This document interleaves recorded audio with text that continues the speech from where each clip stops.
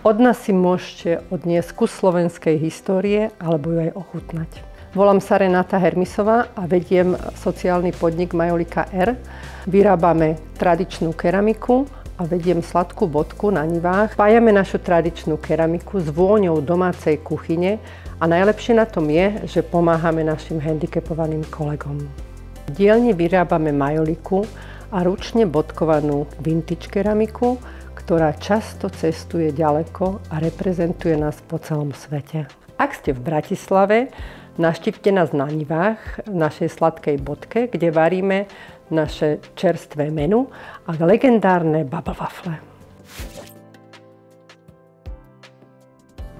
Zamestnávame 12 nevyhodnených zamestnancov, ktorí si našli u nás prácu a zaraďujeme ich do našeho kolektívu.